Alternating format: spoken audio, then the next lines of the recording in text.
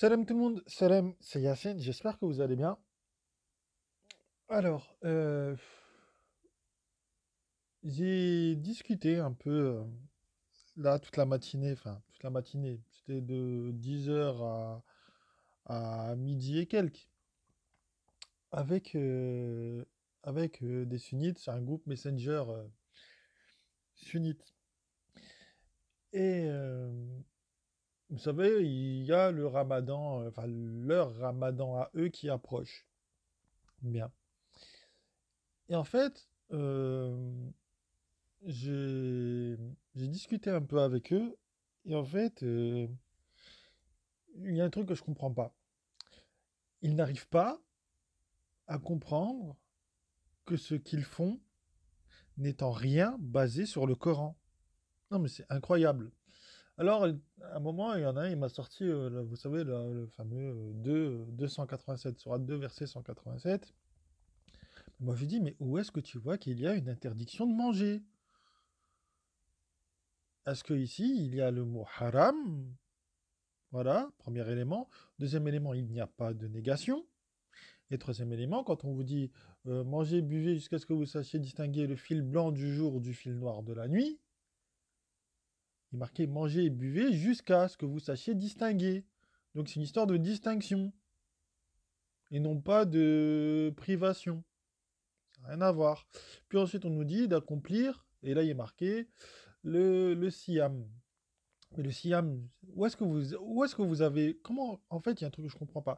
Comment font-ils, coraniquement, pour me dire que le Siam, ça n'est pas, c'est de ne pas manger et de ne pas boire. Marie, elle a fait un saum, et on lui dit, mange et bois que ton œil se réjouisse. Si quelqu'un d'entre les Bachar vient à toi aujourd'hui, dit, je ne parlerai à aucun Bachar aujourd'hui, car j'ai voué un saum à mon rab. À aucun moment, elle ne mange pas. À aucun moment. À aucun moment. Au contraire, on lui dit mange et bois que ton œil se réjouisse. Et quand on parle de manger et de boire, on est d'accord, hein, c'est bel et bien de la nourriture spirituelle, de la nourriture spirituelle. C'est-à-dire que voilà, mange et bois que ton œil se réjouisse. euh, Elle mange avec son œil, c'est-à-dire qu'elle est en lecture, en train de lire la révélation. C'est pas qu'elle est en train de manger des kebabs, des frites et du poulet. On est bien d'accord. Donc j'ai déjà essayé de leur montrer qu'il n'y avait absolument aucune interdiction de ne pas manger, de ne pas boire. En fait, voilà, tu as le droit de manger et de boire. Dieu, il a mis de la nourriture sur cette planète, c'est pour qu'on la mange. Je sais pas, moi ça me paraît tout à fait logique. Deuxième élément, je leur ai montré des versets par rapport à leur calendrier. Je leur ai dit, regardez, dans ce verset-là, il y est dit que le report d'un mois, c'est traduit par le mois sacré, mais bon, on sait très bien que c'est pas un mois sacré, mais le report d'un mois sacré par un autre, c'est un grand acte de mécréance. Je sais plus exactement comment c'est écrit dans le verset, mais même ça, ils m'ont dit, mais non, mais qu'est-ce que tu racontes, c'est pas ce qu'on fait. Et moi, je leur ai demandé, bah si, c'est ce que vous faites, parce que votre ramadan, il recule tous les ans de 2 semaines.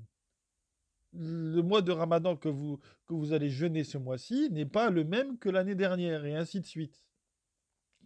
Voilà, donc vous faites déplacer le mois, la période, comme ça, reculons tous les ans.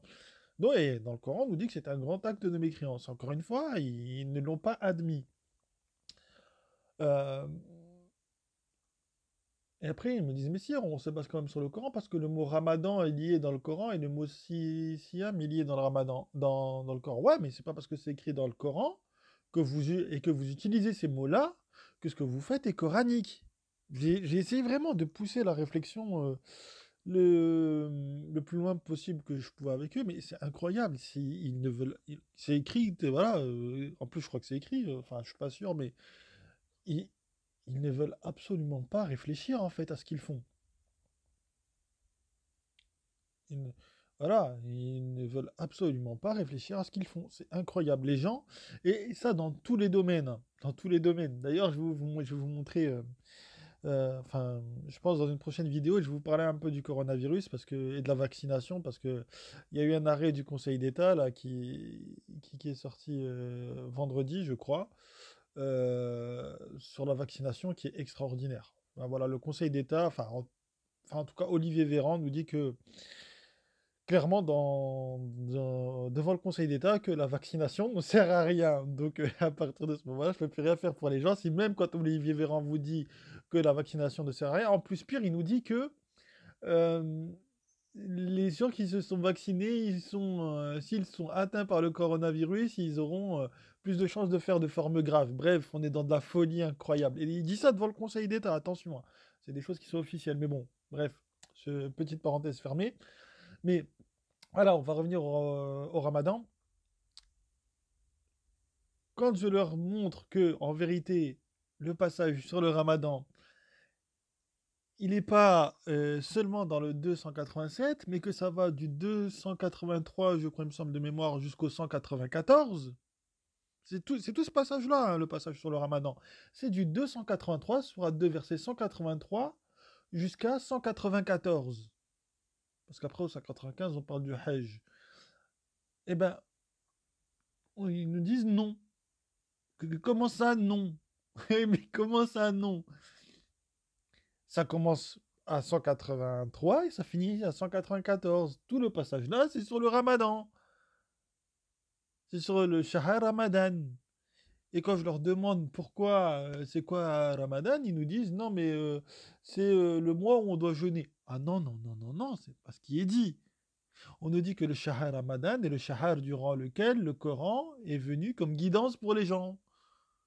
Enfin, je sais pas, la définition, elle est coranique.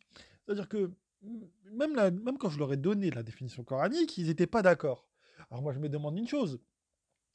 Euh, Dans le sunnisme, le Coran, il compte pour du beurre. Le Coran, il compte pour du beurre. En tout cas, le Coran, il sert à une chose. Dans le sunnisme, j'ai vu une vidéo là, de Rachid Al-Jay, enfin un extrait de vidéo de Rachid Al-Jay il n'y a pas très longtemps, dans lequel il a dit non, mais si le Coran il nous sert bien à une chose, c'est à gagner des hasanat. Il a dit vous lisez 2 lignes par jour, vous avez des centaines de hasanat. Ah bon, Allah il nous dit que le Coran il doit nous servir juste à lire pour gagner des hasanat. T'es sûr que Dieu c'est ce qu'il demande? Êtes-vous sûr que ce que c'est que Allah il vous dit que lire le Coran vous fait gagner des hasanat comme je sais pas gagner des points dans les crypto-monnaies ou je sais pas quoi. Non. Allah, il nous dit, voilà, le Coran, il est fait pour être médité. Il est fait pour qu'on réfléchisse dessus. Il n'est pas fait pour être lu comme un roman. Enfin, je sais pas. Mais en tout cas, voilà. Les sunnites, honnêtement. Mais pareil pour les chiites, hein. Les chiites, c'est exactement la même chose. C'est exactement la même chose. Réveillez-vous. Réveillez-vous. Ce que vous faites n'est en rien fondé sur le Coran. Voilà. Je sais pas, c'est peut-être mon côté juriste, vous allez me dire qui veut ça, mais moi, quand je fais quelque chose, je sors le verset qui va avec. D'accord? Je prends le verset ou les versets qui vont avec et je me base dessus. Comme quand on est devant un tribunal, vous savez, l'avocat, quand il va plaider, il va se baser sur un texte de loi. Il va dire voilà, mon client a telle prétention à cause de tel article, tel article, tel article, tel article du code civil, code pénal, code du travail, code des. Enfin, je sais pas de ce que. Le code que vous voulez. Bref. Et ben avec le Coran, c'est la même chose. Avec le Coran, c'est la même chose. Quand on veut faire quelque chose en matière de dîn, il faut se baser sur ce que Allah nous a prescrit. Voilà, clairement. Par exemple, moi j'aime bien les sunnites, ils me disent ouais, mais non, mais nous, on veut. Le but de nous, les sunnites, c'est d'imiter les actes du prophète. D'accord, très bien. Bah, pourquoi vous faites pas ceci? Quand il dit, le prophète, dans le Coran, Euh, je ne suis pas une innovation parmi les messagers, je ne sais pas ce qu'il adviendra de moi ni de vous, et je ne fais que suivre ce qu'il m'est révélé. Donc en gros, il ne fait que suivre le Coran. Il ne suit rien d'autre. Pourquoi vous ne l'imitez pas là? Pourquoi vous ne l'imitez pas là? Pourquoi vous n'imitez pas le prophète quand il dit ça? Pourquoi vous n'imitez pas le prophète quand il dit ça? Pourquoi vous n'imitez pas là? Pourquoi vous n'imitez pas le prophète quand il dit ça? Pourquoi vous n'imitez pas là? Pourquoi vous n'imitez pas là? Pourquoi vous n'imitez pas là? Pourquoi vous n'imitez pas le prophète quand il dit ça? Pourquoi vous n'imitez pas le prophète quand il dit ça? Parce que le prophète, jamais il va venir vous dire, moi je me base, c'est sur quoi j'ai trouvé mon père et ma mère. Jamais un prophète dit ça. Jamais. Absolument jamais. Jamais. Sauf un cas exceptionnel avec les bénis de Jacob.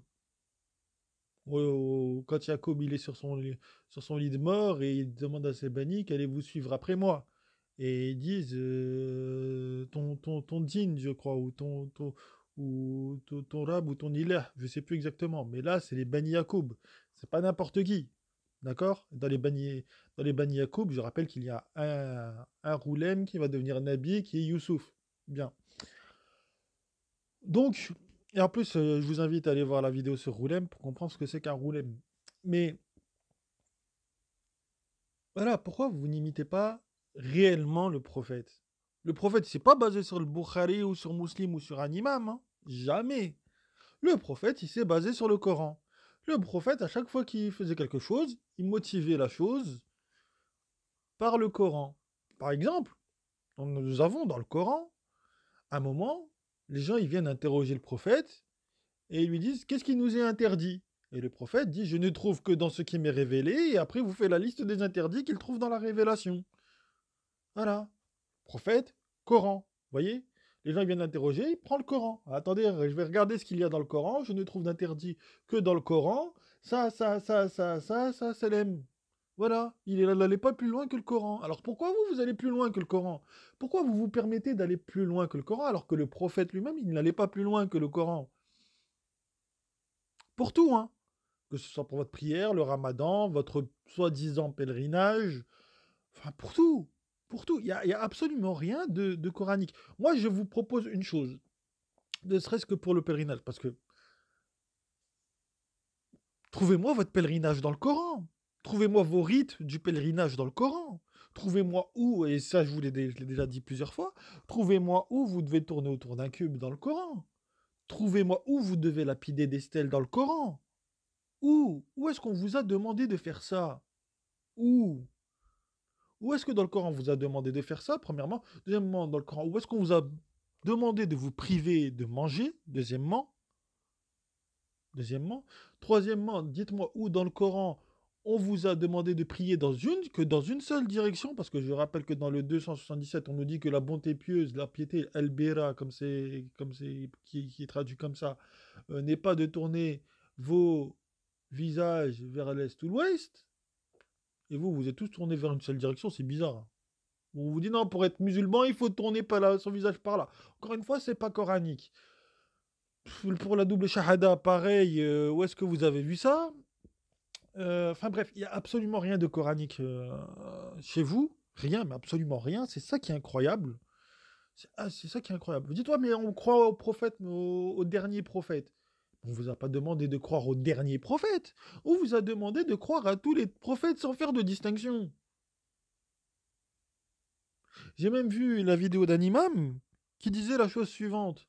Celui qui a ramené la bonne manière de prier, c'est Mohammed. Il y a un imam, je vous jure, par Allah, il a dit ça. J'ai vu la vidéo sur YouTube là, il n'y a pas longtemps. Il a dit celui qui a ramené la bonne manière de prier, c'est Mohammed. Ça veut dire quoi? Ça veut dire que les autres prophètes, ils ne savaient pas prier Dieu correctement? Ça veut dire quoi? Ça veut dire que dans le Coran, quand Abraham il fait la Dora qu'il fait, elle est pas bonne. Yunus, je crois que c'est Aïssa. Quand il fait sa dora à Dieu dans le Coran, c'est-à-dire que sa dora, elle n'est pas bonne. Non, non, mais vous voyez, même vos imams, ils disent des conneries plus grosses que eux. C'est Mohammed qui a ramené la bonne manière de prier, mais on va où? C'est-à-dire que tous les autres prophètes ne savaient pas prier. Tous les autres prophètes ne savaient pas prier. C'est des prophètes, mais ils ne savent pas comment communiquer avec Dieu. Enfin, je sais pas, mais je vous jure. Mais s'il vous plaît, honnêtement, s'il vous plaît, réfléchissez à ce que vous dites et à ce que vous faites. Pourquoi? Parce que le djinn, c'est la chose la plus importante. Et en matière de djinn, il faut être précautionneux. Pourquoi? Parce que on ne sait jamais, en vérité, quand est-ce qu'on fait quelque chose qui peut nous ramener vers du shirk. Vous savez, le shirk, le seul péché que Allah ne pardonne pas, apparemment. Sauf si on se repent. Pourquoi je dis apparemment? Parce qu'en vrai, le shirk, moi, je sais que c'est à partir du moment où tu donnes un associé à Dieu, et en fait, la question que je me pose en ce moment, c'est à partir de quand on donne un associé à Dieu? Parce que nous-mêmes, on ne peut pas s'associer à Dieu, par exemple. Sans le vouloir, hein, sans forcément le vouloir, mais est-ce que c'est possible? Voilà, c'est pour ça qu'il faut être vraiment très précautionneux. Voilà. C'est pour ça que moi, quand je fais quelque chose et que j'ai une idée en tête, je prends le Coran et j'essaie de chercher si mon idée, elle est corroborée par des versets du Coran. Sinon, je fais pas. Sinon, c'est pas la peine, je prends, je fous à la poubelle. Voilà, les choses, elles sont claires. Donc voilà. Et surtout, moi, je me pose quand même la question, mais est-ce que les sunnites, est-ce que c'est bizarre, hein, je suis jamais tombé sur un sunnite qui lisait le Coran. Mais vraiment, le lire pour le comprendre. Je suis jamais tombé sur un sunnite voilà, comme ça. Donc moi, question que je pose aux sunnites, est-ce que vous lisez réellement le Coran pour essayer de comprendre ce qu'il y a dedans? Ça aussi, c'est une question que je me pose, parce que à chaque fois que je discute avec des sunnites, quand je leur donne un verset, j'ai l'impression qu'ils le découvrent, le verset. C'est bizarre. C'est extrêmement bizarre. Est-ce que vous avez réfléchi à quoi que ce soit, en fait? Parce que quand je vous donne un verset, vous le découvrez. Je sais pas, normalement, quand vous lisez le Coran, il y a des versets, vous mettent des uppercuts, quoi. Ils vous mettent KO debout, normalement. Surtout quand vous êtes sunnite, parce que c'est comme ça, moi, que je suis passé au Coran seul. C'est en tombant sur certains versets, j'ai dit, attends, là, tout ce que j'ai suivi jusqu'à maintenant, c'était de la merde. Donc, je suis que le Coran maintenant. Voilà, à cause de certains versets. Donc, est-ce que vous, les sunnites, vous êtes tombés sur ces versets-là? Parce que aussi, si vous n'êtes pas tombé sur ces versets-là, c'est que vous n'avez jamais lu le Coran, en fait. Il y a ça aussi. Bon, voilà. Donc, sur ce, moi, j'ai dit tout ce que j'avais à dire. Donc, dites-moi en commentaire si vous voulez que je vous la fasse, la vidéo sur ce qui s'est passé là devant le tribunal administratif, là, avec Olivier Véran. Parce que c'est très intéressant de voir ce qui s'est dit. Franchement, c'est extraordinaire. Moi, j'étais pas au courant, hein. Moi, j'ai découvert ça sur la chaîne de Salim Laibi.